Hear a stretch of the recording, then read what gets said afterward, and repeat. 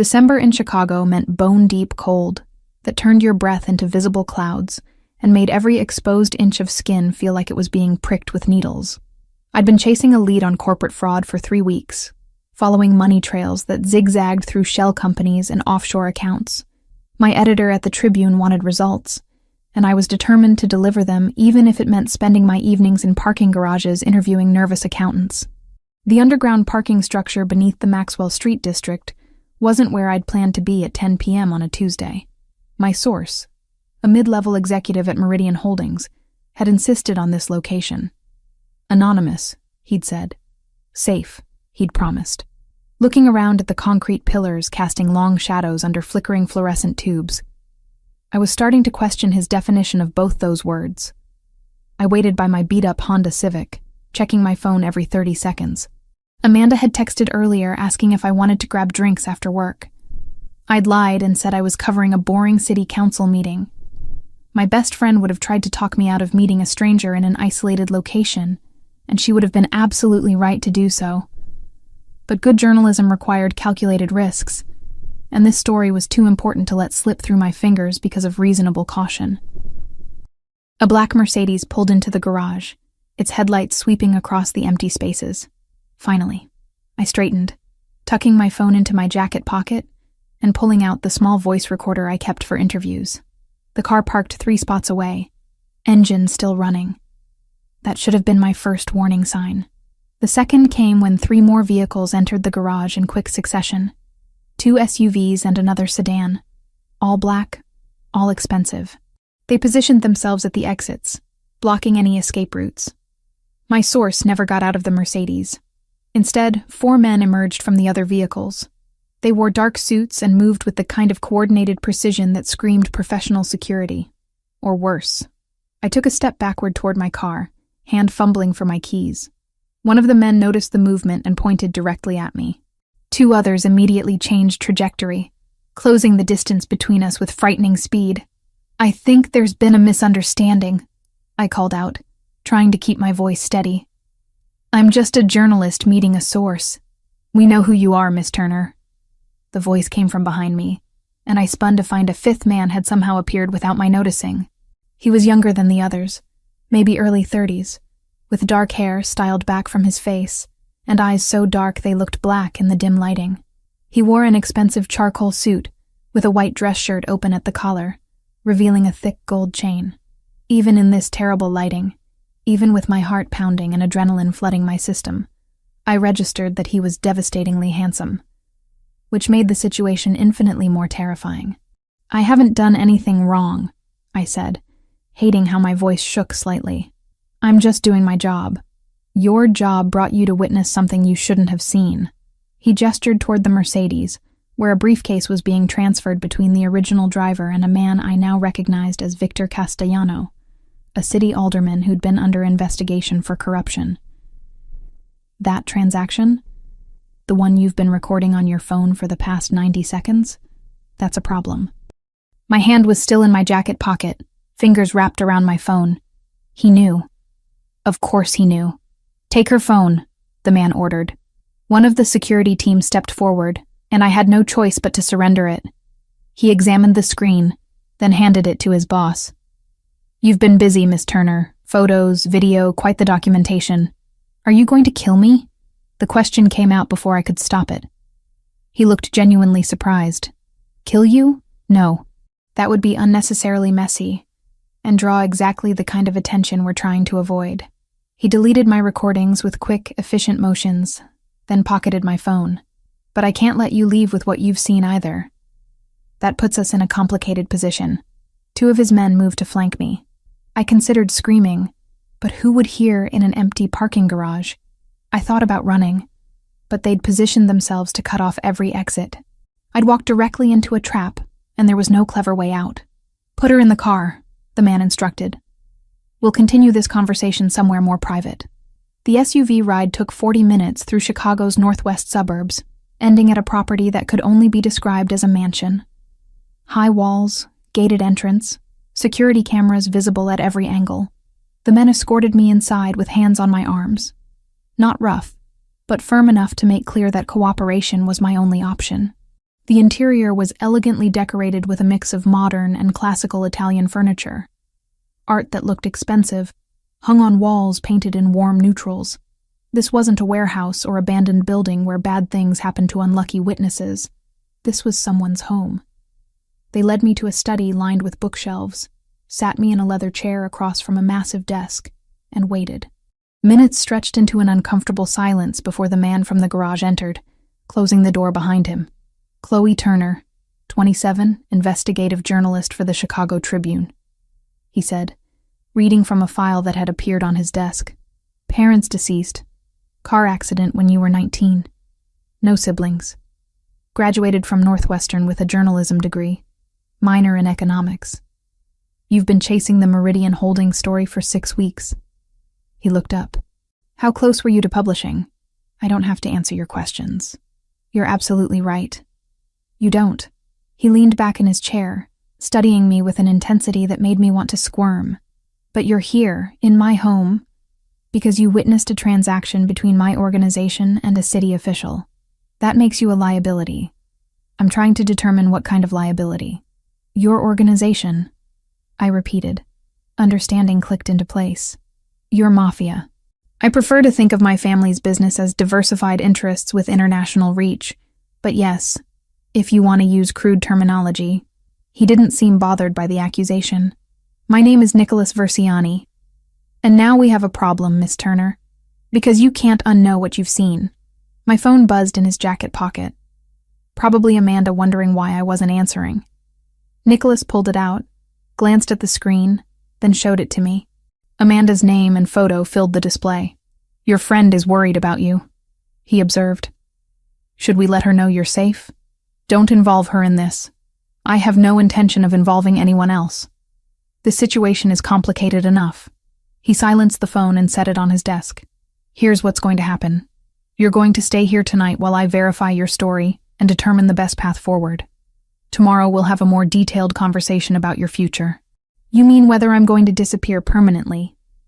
That would be the inefficient solution. His phone rang, and he answered with a curt greeting in Italian. The conversation lasted maybe 30 seconds before his expression changed completely. All the cold calculation replaced by something raw and human. Fear. Grief. He responded in the same language, voice rougher now, then ended the call. He sat motionless for a long moment, and I watched the transformation from dangerous crime boss to someone who'd just received devastating news. What happened? I asked, and immediately wondered why I cared. My grandmother. He said it so quietly I almost didn't hear. She's been fighting cancer for 8 months. The doctors just called. She has days, maybe a week. She's asking for me. I'm sorry. He looked at me like he'd forgotten I was there. Then his phone rang again, and he answered in Italian, listened, and responded with increasing urgency. When he ended the call, he turned to study me with new intensity. My grandmother has one final wish before she dies, Nicholas said slowly. She wants to see me settled, happy, with someone who makes me want to build a life beyond just the business. He stood, walked around the desk, and crouched to my eye level. She wants to meet my girlfriend at our family's Christmas Eve dinner 2 weeks from tonight. I don't understand what that has to do with me. It has everything to do with you, Miss Turner. Because you're going to be that girlfriend. The guest bedroom where they installed me was larger than my entire apartment. King-sized bed with silk sheets. Attached bathroom with marble countertops. A window overlooking manicured gardens lit by subtle landscape lighting. It was beautiful and terrifying in equal measure. I didn't sleep. How could I? 24 hours ago, my biggest problem had been meeting my article deadline. Now I was being held captive by the Mafia and forced into a fake relationship with a crime boss whose grandmother was dying. The absurdity of the situation would have been funny if I wasn't so genuinely scared. Around 7 a.m., someone knocked on my door. A middle-aged woman with kind eyes entered carrying a tray of breakfast. Fresh fruit, pastries that smelled amazing, coffee that probably cost more than my usual grocery budget. She introduced herself as Maria, the housekeeper, and informed me in lightly accented English that Mr. Versiani would meet with me at 9 o'clock. I picked at the food, too anxious to really taste anything. then showered and changed back into yesterday's clothes. My phone was still with Nicholas, which meant Amanda had no way to reach me. She'd be worried by now, probably calling my editor, maybe even considering filing a missing persons report. At precisely 9, Maria returned to escort me downstairs. We wound through hallways decorated with family photos. Nicholas as a child with an elderly couple who must have been his grandparents. Formal portraits of people in expensive clothing. Candid shots from various celebrations. No parents anywhere in the collection, which lined up with what he'd said about losing them.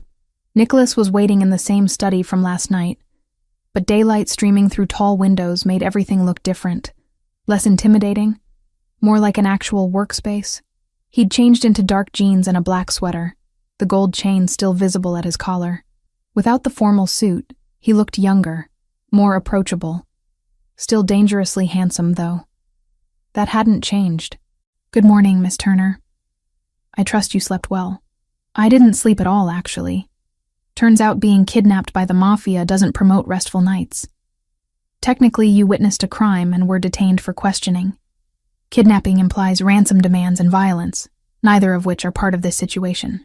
He gestured to the chair across from his desk. "Please, sit. We have a great deal to discuss." I remained standing. "I want my phone back. My friend Amanda is probably losing her mind wondering where I am." "Your friend, Amanda Wells, also a journalist, currently trying to reach you via text, email, and phone calls." He retrieved my device from his desk drawer and held it up. 16 missed calls, 23 text messages, and she's apparently threatened to contact the police if you don't respond by noon. "Then let me respond." "You will. But first, we need to establish the parameters of our arrangement." He unlocked my phone, which shouldn't have been possible given my password, but clearly this man had resources, and began typing. "You're going to tell her that you're covering an investigative story out of state. Something urgent that came up suddenly. You'll be unavailable for the next 2 weeks, but you're perfectly safe. She won't believe that. Make her believe it.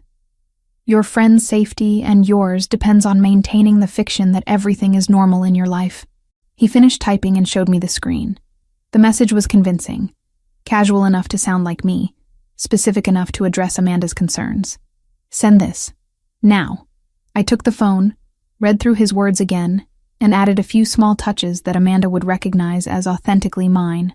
A reference to an inside joke, a complaint about hotel coffee, a promise to bring back the tacky souvenirs she collected from every trip. Then I hit send before I could second-guess myself. There. Happy? Satisfied. Not happy. There's a distinction. He pocketed my phone again. Now we can discuss the actual situation. My grandmother, Lucia Versiani, is 83 years old. She emigrated from Sicily in 1967, married my grandfather, and helped build our family's business from nothing. She's the matriarch, the moral center, the person everyone in our organization respects above all others, including you, especially me. She raised me after my parents died in a territorial dispute 6 years ago. Everything I am, everything I've built, exists because she gave me the foundation to do so. His voice carried genuine emotion, grief barely contained beneath professional composure. She's been fighting pancreatic cancer for 8 months. The treatment stopped working 3 weeks ago. The doctors say she has days, maybe a week if we're fortunate. I'm sorry for your loss. Truly. But I still don't understand why that means I have to pretend to be your girlfriend. Because for the past year, every time I visit her, she asks the same questions. When will I settle down? When will I bring someone special to meet her? When will I stop dedicating every moment to business and actually build a life worth living? He stood, walking to the window overlooking the gardens. Last month, I told her I'd met someone. It was easier than explaining that relationships don't exactly fit into my lifestyle. She was so happy, Miss Turner. For the first time since her diagnosis, she smiled like she used to. So you lied to a dying woman, and now you need me to maintain that lie. Crudely put, but essentially accurate. He turned back to face me. Our family's Christmas Eve dinner is a significant event. All the extended family attends, along with our closest business associates. It's tradition, dating back 3 generations. My grandmother has been planning this year's dinner for months, determined to host one final celebration. And she's insistent on meeting the woman who's apparently captured my attention. Why not just hire an actress? Someone who actually wants to do this. Because an actress would be performing. My grandmother is perceptive, Miss Turner. She'd see through a performance immediately. But you're genuinely angry with me, genuinely uncomfortable with this situation, genuinely afraid of what I represent. That authenticity will read as real because it is real. He returned to his desk, pulling out a contract. I'm offering you $50,000 to play this role for 2 weeks. Attend the Christmas Eve dinner. Convince my grandmother that we're in a relationship, and then you're free to leave with the money in your life. $50,000. That was nearly a year's salary. That was my student loans paid off completely. That was financial security I'd never experienced in my entire adult life. And if I refuse, then I can't let you leave knowing what you know about my organization's operations. You'd remain here indefinitely, until I could determine a permanent solution to the liability you represent. His eyes held mine, and I saw no hint of bluff in their dark depths. I'm not threatening you, Miss Turner. I'm explaining reality. You witnessed a felony transaction involving a government official. That makes you a potential witness, which makes you a threat. Cooperating with this arrangement is the path that leads to your freedom. So, it's not really a choice at all. All choices involve weighing options and consequences. You're choosing the option with the best outcome for both of us. I looked down at the contract he'd slid across the desk. Legal language, terms and conditions, payment schedules. This man had actually formalized his kidnapping/fake relationship scheme.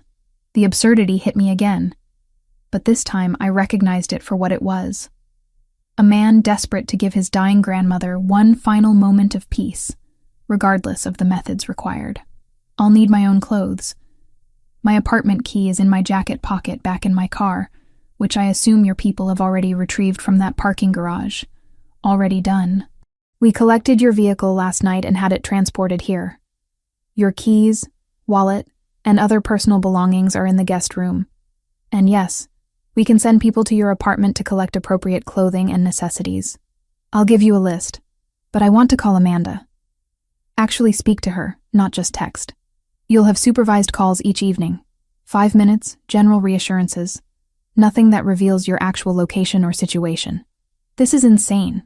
Yes, he agreed simply, but it's the situation we're both in. Are you going to sign the contract, Miss Turner? I picked up the pen lying beside the papers. My hand trembled slightly as I signed my name on the designated line, officially agreeing to the most bizarre proposition of my life. Excellent. Now we can begin your preparation. Nicholas pulled out a leather-bound notebook. You need to learn everything about me. My history, my preferences, my family, my business associations. We need to develop a believable story for how we met, how long we've been together, what our relationship dynamic looks like. My grandmother will ask detailed questions, and inconsistent answers will raise suspicions we can't afford. How long have you supposedly been dating this fictional girlfriend? 3 months. We met at a gallery opening in October. You're an art journalist, not investigative.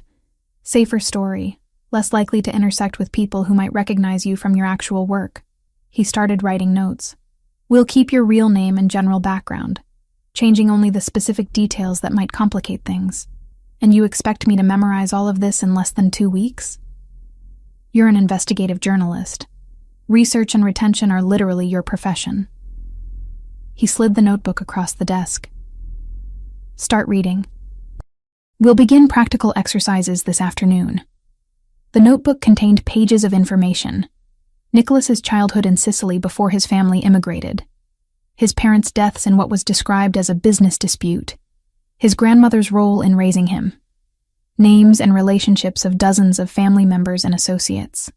Birth dates, preferences, habits, histories. It was overwhelming. This is like studying for the world's most dangerous exam. Accurate comparison. Failure means my grandmother dies knowing I lied to her, and you remain trapped in a situation neither of us wants prolonged. He checked his watch. You have 3 hours to review the basic materials. We'll have lunch together in the dining room, where you'll practice casual conversation as if we're actually a couple. Roberto, My second in command will observe and provide feedback. You're going to critique my fake girlfriend performance? Would you prefer to fail in front of my grandmother? Roberto's blunt, but he's not dying of cancer. Better to make mistakes in practice than during the actual event. Nicholas stood, apparently considering our meeting concluded. Maria will show you to the library, where you can study without interruption. Read everything, Miss Turner. Your freedom depends on this working. I wanted to argue, to push back against this insanity. But what option did I have? I'd signed the contract. I'd witnessed too much. I was trapped in this beautiful mansion with a handsome criminal who needed me to lie to his dying grandmother. The library was exactly what you'd expect from a mansion owned by someone with virtually unlimited resources. Floor-to-ceiling bookshelves, comfortable seating, natural light flooding through tall windows. I settled into a leather armchair and started reading. Nicholas Versiani was 32 years old. Born in Palermo, Sicily, to parents who'd continued the family business his grandparents started after immigrating to Chicago. Educated at private schools, fluent in Italian and English, degree in economics from a university I'd never heard of, but that Google informed me was extremely prestigious and expensive. His parents, Giovanni and Francesca Versiani, died 6 years ago when a rival organization targeted their vehicle. Nicholas had been 26, already deeply involved in the family business, already being groomed to take over leadership. The details were intimate and specific. His favorite food was his grandmother's homemade pasta. He collected Italian first edition books. He preferred wine over liquor. He'd never been married but had been in 2 serious relationships that ended badly. He hated winter, but tolerated Chicago's brutal cold for his grandmother's sake. He spoke to her daily, visited her twice weekly, and would apparently commit fraud and kidnapping to give her peace in her final days. 3 hours passed faster than I expected. Maria appeared to escort me to the dining room, where Nicholas was already seated at one end of a table that could have accommodated 20 people comfortably. Roberto stood near the wall, arms crossed, expression skeptical. Miss Turner, please, sit beside me rather than at the opposite end. We're supposed to be intimate, remember? Nicholas gestured to the chair immediately to his right. I sat, acutely aware of Roberto's scrutiny and Nicholas's proximity. This close, I could smell his cologne, something expensive and subtle that probably cost more than my monthly rent. Maria served lunch, pasta with a cream sauce that tasted incredible despite my complete lack of appetite. Nicholas ate calmly, occasionally asking me questions about the material I'd read. When I answered correctly, he'd nod approval. When I hesitated or got details wrong, Roberto would make disapproving sounds. Your grandmother's name is Lucia, middle name Margarita, maiden name Catalano. She's 83, born in 1942 in a village outside Palermo. She married your grandfather Antonio in 1964, immigrated to Chicago in 1967. They had 3 children. Your father Giovanni was the oldest, then your Aunt Rosaria, then your Uncle Giuseppe. She's been widowed for 12 years since Antonio died of a heart attack. Good. And how did we meet? Gallery opening in October. You were there for business? I was covering it for the art section of a magazine. We started talking about a sculpture you hated, bonded over shared terrible taste in modern art, and you asked for my number. Who asked for whose number? Roberto interjected. I looked at Nicholas, unsure. He raised an eyebrow, waiting. You asked for mine, I decided.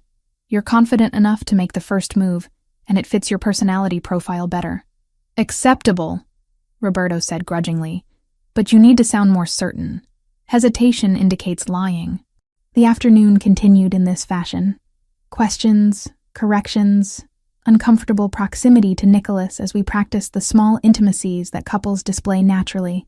His hand on my shoulder as he stood behind my chair. My hand on his arm as I made a point during conversation. The casual touches felt alien and forced, which Roberto noted immediately. You flinch every time he touches you. That reads as fear, not affection. Maybe because I am afraid, I snapped. Maybe because this entire situation is terrifying and unnatural. Then get over it quickly, Roberto shot back. Mrs. Versiani isn't stupid. She'll notice if her grandson's girlfriend acts like he's dangerous. He is dangerous. To his enemies.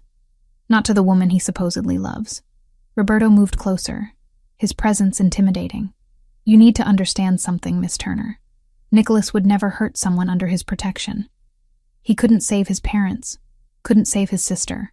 Those failures haunt him.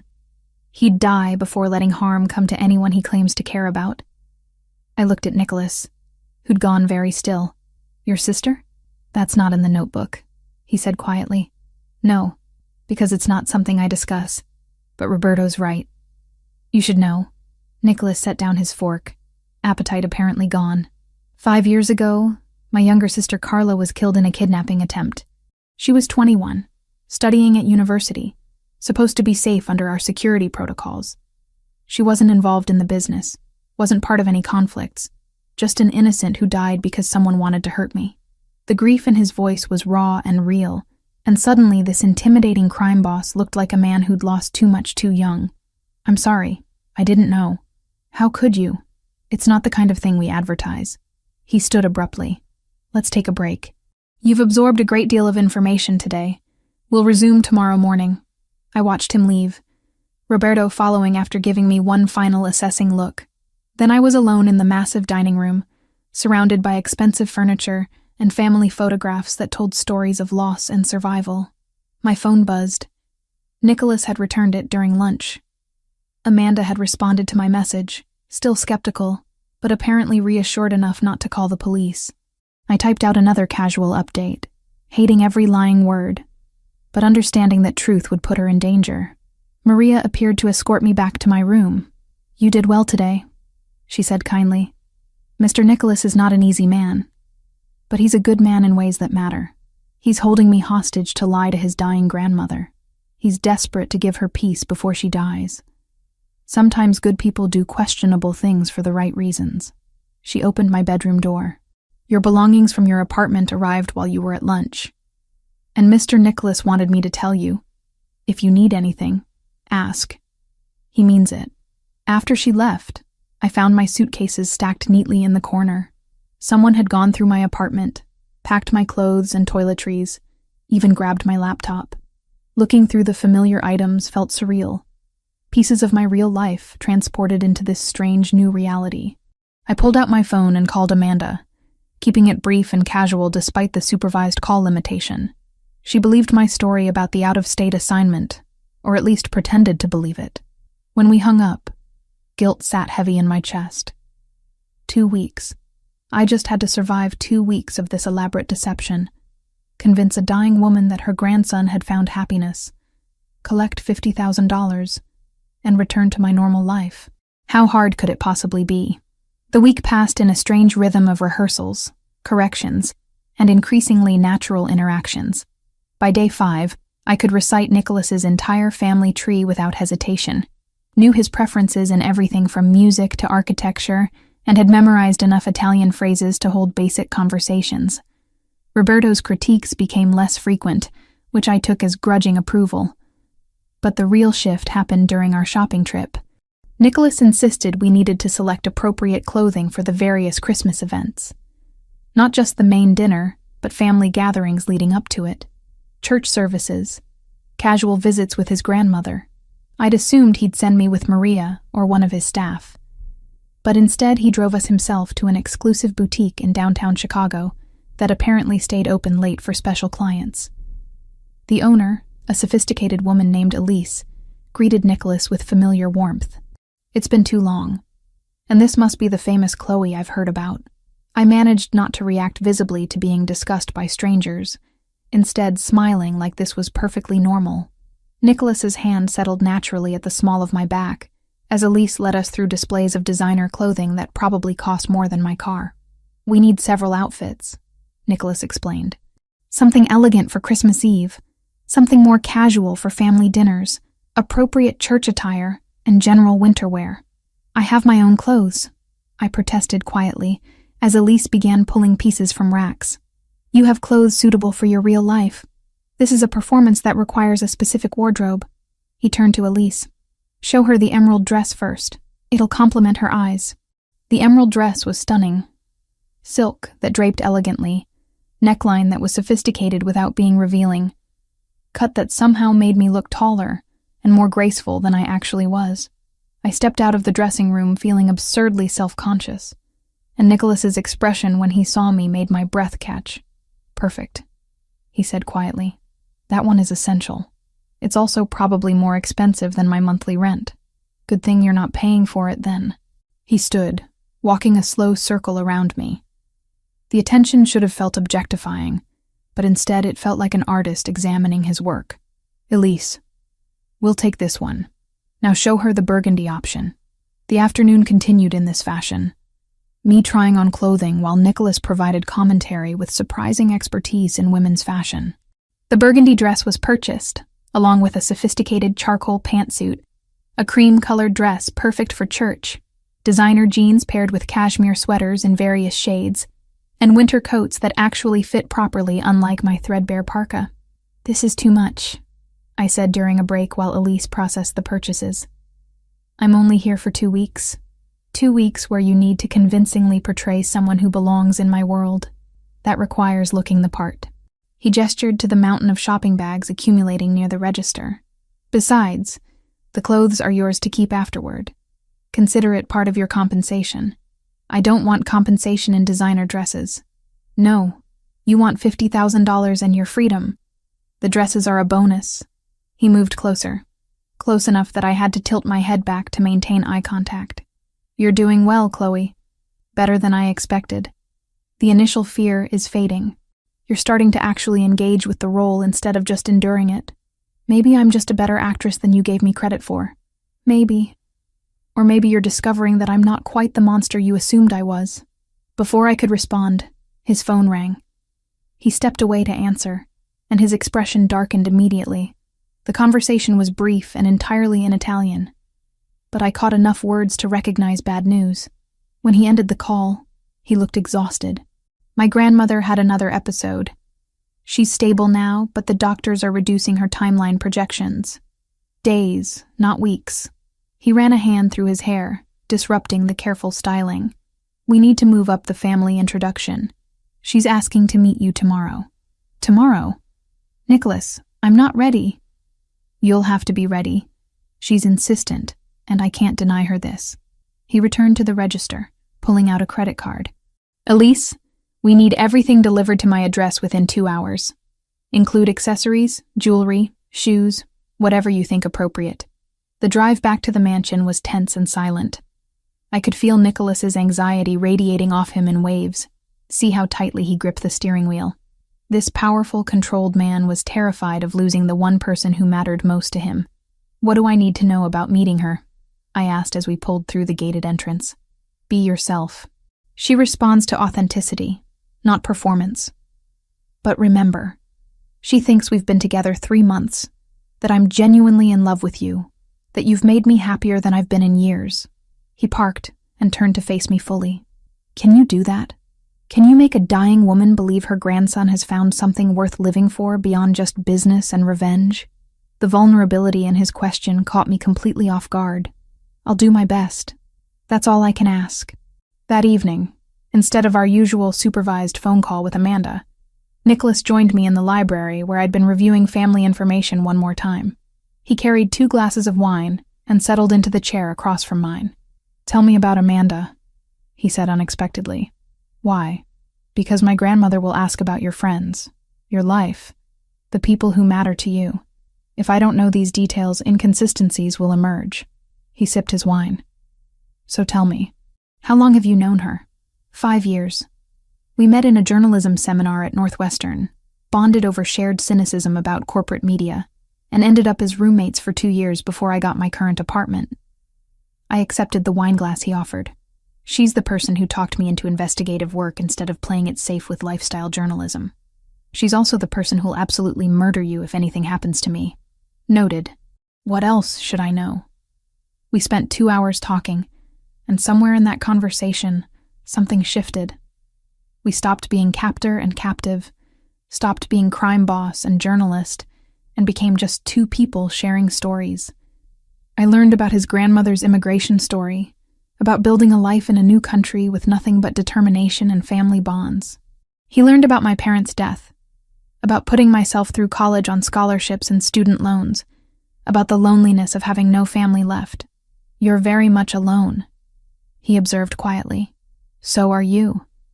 Despite being surrounded by people who work for you, loyalty bought through power isn't the same as genuine connection. He refilled our wine glasses. That's why my grandmother's wish matters so much. She wants to know I won't end up isolated, living only for the business, dying without anyone who actually cares about the man beneath the reputation. Is that what you want? Genuine connection? I stopped thinking about what I want years ago. Wanting things, caring about people. It makes you vulnerable, and vulnerability gets people killed in my world. He met my eyes. But yes, if circumstances were different, I would want that. The moment stretched between us, charged with unexpected intimacy. Then his phone rang, shattering the mood. He answered, listened, and his expression tightened. When did the package arrive? Pause. No, don't open it. I'll be right there. He stood quickly. Stay in this room. Lock the door behind me. Roberto will be outside within 2 minutes. What's happening? Someone sent an envelope to the front gate. It has your name on it. He was already moving toward the door.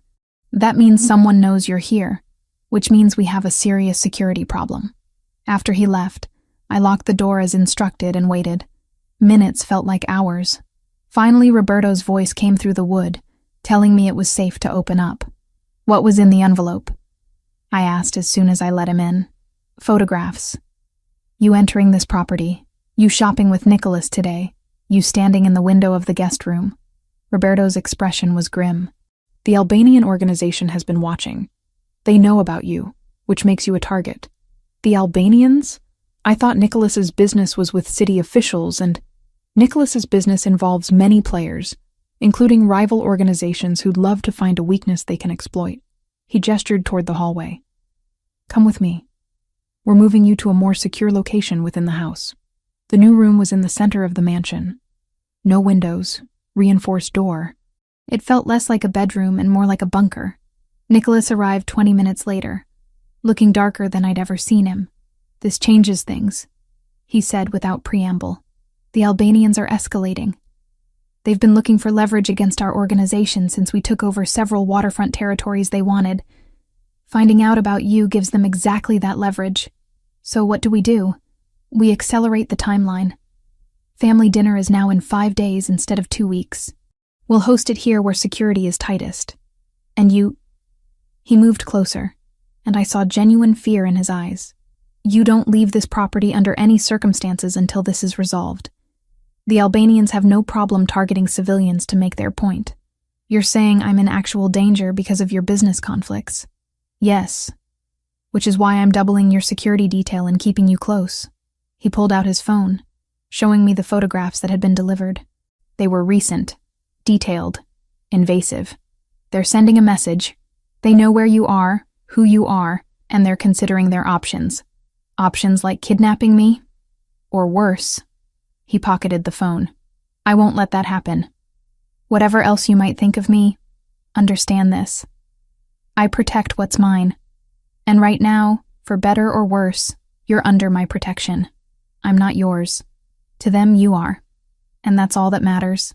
He moved toward the door, then paused. Tomorrow you meet my grandmother. Then we start preparing for the actual dinner. And through all of this, you'll have armed security with you at every moment. No arguments, no exceptions. After he left, I sat on the unfamiliar bed in the windowless room and tried to process everything. I'd gotten involved with a crime family's operations by accident, agreed to a fake relationship to secure my freedom, and now I was apparently caught in the crossfire of a territorial dispute with a rival organization. Amanda would absolutely kill me if she knew. My phone rang, Nicholas allowing the daily call. Amanda answered immediately. Finally, I've been worried. Your texts have been weird. Everything's fine. Just busy with the assignment.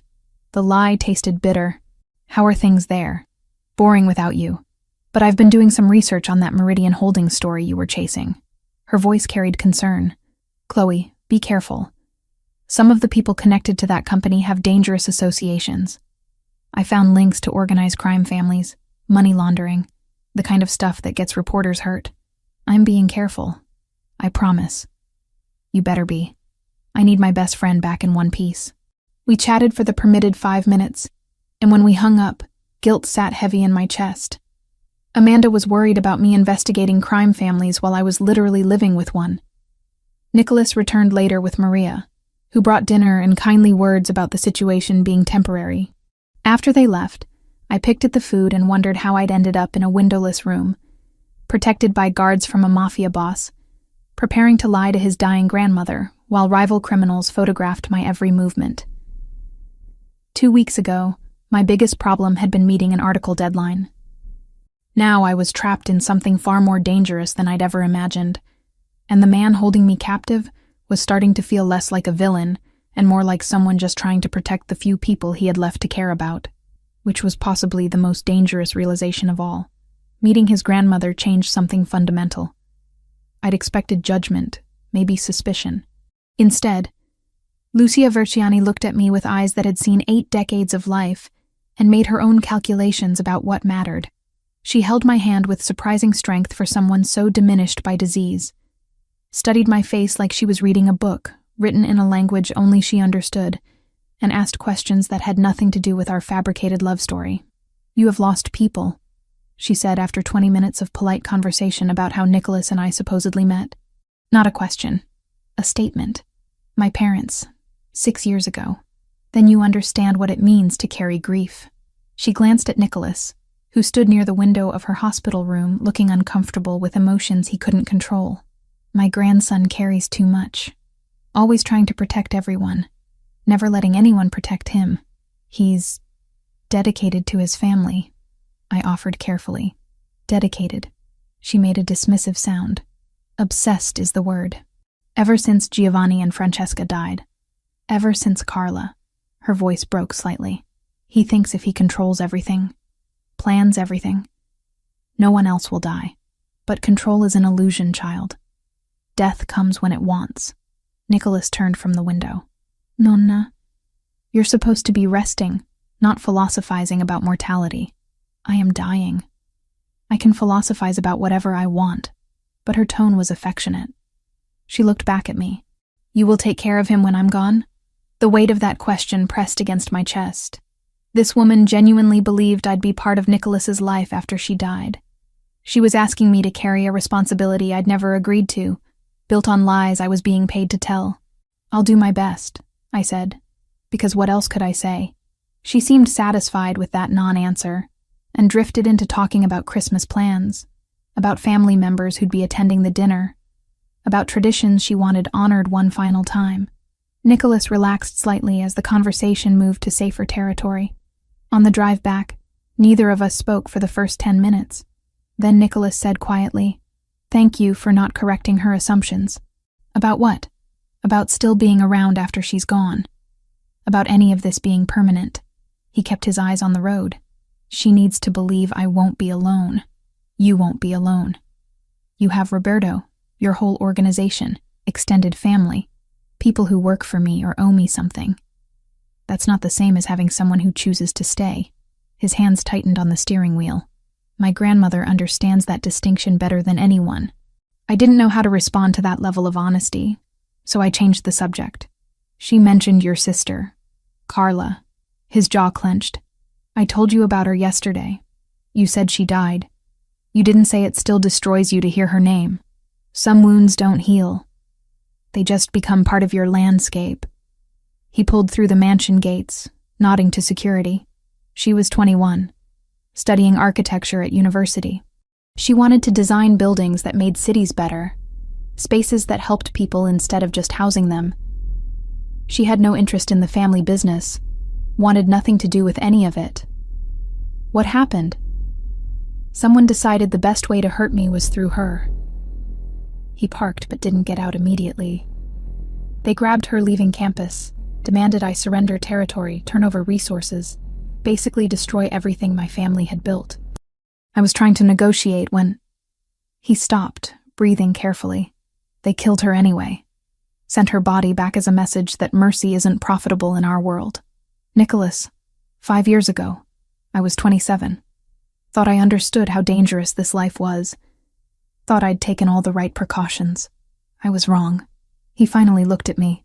That's why the Albanian situation is making me paranoid. They're following the same playbook. Find someone I care about. Use them as leverage. Force my hand. I won't make the same mistake twice. But you barely know me. I'm not actually someone you care about. No. His gaze held mine. You're living in my house. My grandmother adores you after one meeting. You've seen me vulnerable in ways I don't show anyone. At what point does barely knowing someone become irrelevant to how dangerous losing them would be? Before I could process that statement, Roberto appeared at the car window, expression urgent. Nicholas rolled it down. We need to talk. Now. Inside Nicholas's study, Roberto laid out a series of photographs on the desk. More surveillance shots. Me in the garden 3 days ago. Nicholas and me at the boutique. Even images from inside the mansion taken through windows. They're escalating, Roberto said. These photos were delivered an hour ago with a note. Pretty bird in a cage. Wonder what happens when the cage opens. Arbin's getting impatient. Nicholas examined each image. He wants me rattled. Wants me making mistakes. The dinner is in 5 days. We should postpone. No. Nicholas's tone left no room for argument. Postponing signals weakness. We proceed as planned, but we accelerate security protocols. I want every entrance monitored, every guest vetted twice, armed presence at all access points. And her? Roberto glanced at me. She doesn't leave the interior rooms until the dinner. No exceptions. I'm standing right here, I pointed out. You could address me directly instead of talking around me like I'm furniture. Nicholas's attention snapped to me. You're not furniture. You're a liability I'm trying to protect while managing a territorial dispute with an organization that's killed for less provocation than what we're dealing with. Forgive me if my manners aren't perfect under the circumstances. Your manners are fine. Your habit of making decisions about my life without consulting me is less fine. Would you prefer I consult you before ordering people not to let you get kidnapped or killed? Should we have a committee discussion about optimal security procedures? I'd prefer you remember that I'm a person with agency, not just a problem to be managed. I stopped mid-sentence because my phone was ringing. Amanda's number flashed on the screen. Nicholas held up a hand, a signal to be careful. I answered, putting it on speaker as we'd been doing for every call. Chloe, thank God. Are you okay? I'm fine. What's wrong? Someone came by the Tribune asking about you today. Wanted to know what story you were working on, where you'd gone, when you'd be back. The receptionist gave the standard no comment about employee assignments response, but the guy was persistent. Really persistent. My stomach dropped. What did he look like? Dark hair, accent she couldn't place, expensive suit. He left a card with just a phone number on it and said if you wanted to discuss mutual interests, you should call. Nicholas and Roberto exchanged looks. Albanian operatives fishing for information. Amanda, listen carefully. Don't engage with anyone asking about me. If someone approaches you again, tell building security immediately. Chloe, what the hell is going on? This story you're supposedly covering, it's not adding up. You've been gone almost 2 weeks with barely any contact. Now mysterious men are showing up asking questions. I can't explain right now. Just trust me that I'm safe. I'm handling something complicated, and I need you to be careful until I'm back. That's not reassuring. I know, but it's all I can give you right now. I hated the fear in her voice, hated that my choices were putting her at risk. Please, Amanda, just be cautious.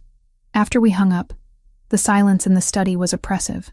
They're mapping your connections, Roberto said. Standard intimidation tactics. They want you to know they can reach your friends if they want to. Amanda has nothing to do with any of this, I said, anger rising. She's a journalist, a civilian. You don't bring civilians into your wars. We didn't bring her in. Arbin did. Nicholas was already pulling out his phone. But we're going to protect her anyway. Roberto, put a discreet security detail on Amanda Wells. Make sure she doesn't notice, but make sure no one gets close to her without us knowing about it. You're going to have me followed? I demanded. I'm going to have your best friend protected from people who might use her to hurt you, which would hurt me, which is the entire point of their strategy. Nicholas moved closer. This is how it works, Chloe. In my world, everyone connected to a target becomes a target themselves. I'm sorry that reality is uncomfortable, but it's reality nonetheless. So now Amanda is trapped in this because I witnessed your illegal business deal. Now Amanda is protected because you matter to me more than either of us planned for. He said it simply, like stating a fact rather than admitting something significant. The study door opened without warning. Maria stood there, which was unusual. She always knocked. Her expression was stricken. Mr. Nicholas. The hospital called. Your grandmother. She couldn't finish the sentence. Nicholas went absolutely still. Is she? She had a cardiac episode. They stabilized her, but the doctor says it's time. He's suggesting you come now if you want to, if there are things to be said. He was moving before Maria finished speaking, grabbing his jacket, keys. Then he stopped and looked back at me. Come with me. Nicholas, I shouldn't. This is private. Family. You're supposed to be my girlfriend. She asked to see you again. Please. The last word cost him something to say. We made the drive in half the time it should have taken, Nicholas white-knuckling the steering wheel while Roberto navigated from the passenger seat. I sat in back, uselessly trying to think of something comforting to say and coming up empty. Lucia was awake when we arrived, but visibly weaker. Tubes and monitors surrounded her bed, and her breathing had a labored quality that made my chest ache in sympathy. Nico, she said softly when she saw him. Always rushing. I'm not leaving quite yet. The doctor says many things. I say I have enough left in me to make sure you're properly settled. Her gaze found mine. Come here, girl. I approached the bed. She took my hand again. That same surprising grip. Promise me something, she said. When I'm gone, don't let him disappear into the business. Don't let him forget how to be human. Make him go to church sometimes. Make him eat real food instead of whatever Roberto throws at him between meetings. Make him remember that life is more than power and revenge. Nonna? Chloe doesn't need to promise. She does. Because you won't keep those promises to yourself. Lucia squeezed my hand. You'll take care of him? The lie stuck in my throat. This woman was dying, asking me to care for her grandson after she was gone, believing in a future that would never exist. But looking into her eyes, seeing the desperate hope there, I couldn't bring myself to shatter that illusion. I'll take care of him, I whispered. Good. She relaxed slightly. Now let me talk to my grandson alone. I stepped outside the room, giving them privacy. Through the small window in the door, I watched Nicholas sit beside her bed, head bowed close to hers, her hand clasping his. Whatever she was saying made his shoulders shake, and I realized with a start that he was crying. This powerful man who commanded a criminal organization, who ordered people's fates with a word, who'd kidnapped me to serve his purposes. He was crying beside his dying grandmother, and something in my chest cracked watching it. Roberto appeared beside me. She's the only person he's ever let see him break. She's his family. Of course he'd break.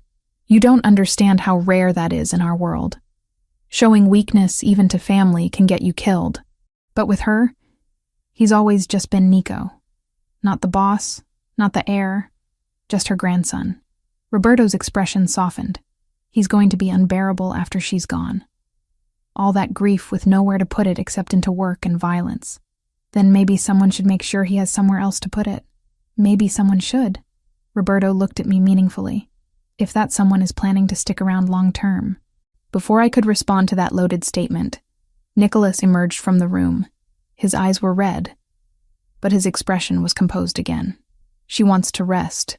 The doctor says it could be tonight, could be a few more days.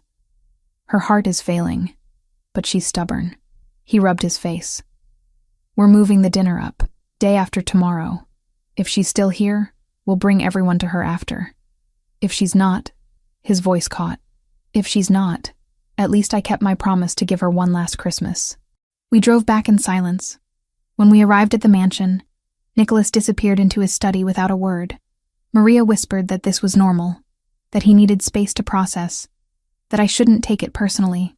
But hours passed, and when I finally worked up the courage to check on him, I found him sitting in the dark, a bottle of whiskey mostly empty on the desk, staring at nothing. You should eat something, I said from the doorway. Not hungry. Nicholas. She made me promise to be happy. He laughed bitterly. Can you imagine? Her dying wish is that I stop focusing solely on business and revenge and actually build a life worth living. She has no idea what she's asking. I moved into the room, closing the door behind me. Maybe she knows exactly what she's asking. Maybe she understands that you're destroying yourself and she wants better for you. There is no better in my world.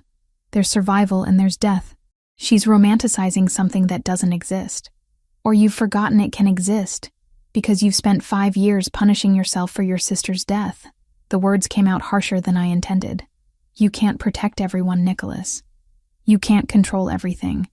And drinking yourself unconscious the night before you're supposed to finalize security for a massive event probably isn't the strategic genius move you think it is. He looked up at me, expression unreadable. Why do you care? You're being paid to pretend to care. You don't actually have to. Maybe I'm a better actress than you gave me credit for. I grabbed the whiskey bottle from his desk. Or maybe watching you self-destruct is harder than I expected. Either way, you're going to eat something, drink water, and get some sleep. Tomorrow we have a dinner to finalize, and a grandmother to not disappoint. She's dying. I'm going to disappoint her by definition. As she's dying thinking you found someone who makes you want to be more than just the boss, don't disappoint her by proving that was a fantasy. I pulled him to his feet, surprised when he didn't resist. Come on. I led him to the kitchen, made him sit at the island while I rummaged through the refrigerator for something easy. Ended up heating leftover pasta Maria had prepared earlier.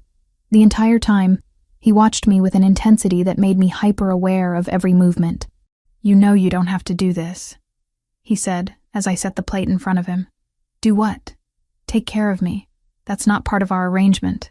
Consider it an investment in my own survival. If you're too drunk or sleep-deprived to make good decisions, the Albanian Mafia might actually succeed in kidnapping me. Purely selfish motives. I poured him water. Eat. He did, mechanically at first, then with more focus as actual hunger kicked in. When he finished, I pushed the water glass closer. All of it. Then bed. You're very bossy for someone who's technically my prisoner. I prefer to think of myself as an unwilling consultant on your terrible life choices. I leaned against the counter. Besides, your grandmother asked me to take care of you. I keep my promises, even the ones I'm forced into. Something shifted in his expression. You really meant that. When you promised her. I meant it in the moment. Whether it's possible long-term is a different question. He stood, closing the distance between us. We'd been in close proximity before, during the shopping trip, practicing couple behavior, the night I'd bandaged his shoulder. But this felt different, more raw, like all the pretense had been stripped away, and we were just two people who'd somehow ended up mattering to each other, despite all the reasons we shouldn't. What if I asked you to stay? He said quietly. Not because of the arrangement. Not because of my grandmother. Just because He stopped, seeming to struggle with the words. Just because you've become something I didn't plan for and don't know how to categorize. My breath caught. You're grieving. You're exhausted. You're not thinking clearly. I'm thinking more clearly than I have in years. His hand came up, hovering near my face without touching. You're not what I expected, Chloe. You were supposed to be a convenient solution to a temporary problem. Instead, you're... The moment shattered when his phone rang. He answered, listened, and every bit of softness disappeared from his expression. When? Pause. Both warehouses? Simultaneously? Another pause. Get everyone to the compound. Lock it down. I'm on my way. He ended the call and looked at me with something like regret. The Albanians just hit 2 of our major storage facilities. This isn't posturing anymore. It's war. What does that mean for the dinner? It means we're doing it tomorrow, whether we're ready or not. It means the next 24 hours are going to be chaos. And it means... He stopped at the kitchen door, turning back. It means you stay in the interior rooms no matter what you hear or see. Promise me. Nicholas. Promise me, Chloe. I promise. He left, and I stood alone in the kitchen, heart pounding, wondering how a fake relationship with a criminal had somehow become the most real thing in my life, and wondering what would happen when reality came crashing down around us. Christmas Eve arrived wrapped in chaos barely contained. The mansion had transformed overnight. Decorations appeared as if by magic. Garlands wound through banisters, candles clustered on every surface, a massive tree in the entrance hall dripping with ornaments that looked antique and expensive.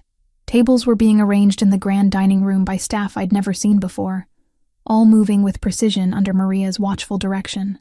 I stayed in my interior room as instructed, watching the preparations through security monitors Nicholas had installed, so I wouldn't feel completely isolated. Armed guards positioned at every entrance, metal detectors disguised as decorative archways. Nothing about this looked like a family celebration. It looked like a fortress preparing for siege. Amanda had texted early that morning, a quick message saying someone had been following her but lost them near her apartment. The security detail Nicholas assigned was working, but knowing she was being watched because of me made guilt settle like concrete in my stomach.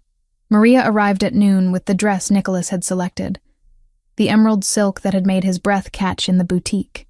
She helped me into it, arranged my hair in loose waves, applied makeup with an expert hand that made my features look sharper, more defined. "You look like you belong here," she said, stepping back to assess her work. "I don't, though. Belonging is a choice, not a birthright." She fastened a delicate gold necklace around my throat. Mr. Nicholas's grandmother believed that. She was an immigrant who built a life in a country that didn't want her. She chose to belong, and eventually everyone agreed. That's different. She had strength I don't have. "You have been living in this house for 2 weeks, surrounded by armed criminals, threatened by rival organizations, forced to lie to a dying woman, and you haven't broken." Maria's eyes met mine in the mirror. "You have more strength than you credit yourself for." Nicholas came to get me at 4. He wore a black suit, tailored so precisely, it looked like it had been grown on his body rather than sewn. White shirt, black tie, gold cufflinks catching light. The chain was gone, too casual for tonight's formality. He looked every inch the powerful boss everyone believed him to be. "You're stunning," he said, and for once there was no calculation in the compliment, just honest appreciation. "You clean up acceptably," I replied, trying to keep things light, despite the tension radiating off him. Roberto confirmed all guests. Everyone's been vetted twice. Security is as tight as we can make it without turning this into an obvious military operation. He offered his arm. "Ready to perform?" "As ready as I'll ever be." The first guests were already arriving as we descended the main staircase. I recognized some faces from the files I'd memorized. His Aunt Rosaria with her husband, his Uncle Giuseppe, and 3 cousins whose names I frantically recalled. They greeted Nicholas with embraces and rapid Italian, then turned curious eyes on me. "Everyone, this is Chloe," Nicholas said, his hand settling possessively at my waist. "Chloe, my family." Rosaria pulled me into a hug before I could react. Finally, a woman who can handle my nephew. We were starting to think he'd die alone with his account books. "I'm still here, Zia," Nicholas said dryly. "And thank God for it." She switched to English with barely a trace of accent. "You're the journalist, yes? The one who argued with him about terrible art?" "That's me. Though in my defense, the sculpture really was awful." She laughed, and some of the tension in my shoulders eased. Maybe this wouldn't be complete disaster. More guests filtered in over the next hour. Business associates whose smiles didn't reach their eyes. Allied family representatives assessing me like I was a stock they were considering investing in. A few politicians I recognized from the news, here despite the obvious risk to their reputations. Everyone played their parts beautifully. This was a Christmas celebration. Nothing more. Nothing threatening. But I saw the security team positioned throughout the house. Saw the way certain guests got additional screening. Saw Nicholas tracking every movement with hypervigilant attention, even as he played the gracious host. Roberto appeared beside me during a lull in introductions. "You're doing well. Keep it up. I feel like I'm defusing a bomb while wearing heels." Accurate metaphor. He scanned the room constantly. "We had a situation at the East Gate 20 minutes ago. False alarm, but everyone's on edge." Define false alarm. Someone tried to approach claiming they were invited. They weren't on the list. We turned them away. Probably nothing. But given the Albanian situation, we're not assuming anything is innocent. Nicholas rejoined us before I could respond, his hand finding the small of my back with practiced ease. Problem? Just briefing her on the gate situation, Roberto said, which she didn't need to know about because it's handled. Nicholas's tone carried a warning. To me, he said, "There's someone I want you to meet." He led me toward an older man standing near the fireplace, white hair combed back, expensive suit, eyes that missed nothing. Power radiated off him in waves almost as strong as Nicholas's. "Don Salvatore," Nicholas said respectfully. "May I introduce Chloe Turner?" The man's handshake was firm, assessing. "So this is the woman who's tamed Chicago's youngest boss. You have my congratulations and my condolences." "Mostly condolences," I replied, earning a surprised laugh. "She's sharp. I like her." Don Salvatore studied me openly. "You know what you've gotten yourself into, girl. I'm starting to understand the scope of my mistake. Yes. Good. Honesty is rare in this world." He turned to Nicholas. "Your grandmother must be pleased." "She is. Unfortunately, she's not strong enough to attend tonight. We'll visit her at the hospital afterward with immediate family. Give her my regards.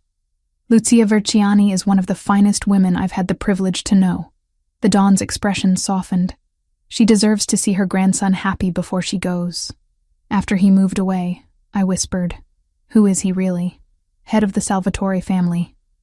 Controls most of the East Coast operations. If he disapproves of something, it doesn't happen. His approval tonight means you've passed a test you didn't know you were taking. Wonderful. More pressure." Dinner was announced, and the crowd migrated to the dining room. The table was spectacular. Crystal, china, centerpieces that probably cost more than my car. Place cards arranged everyone with strategic precision. I was seated beside Nicholas at the head, with Don Salvatore to my other side and Rosaria across from me.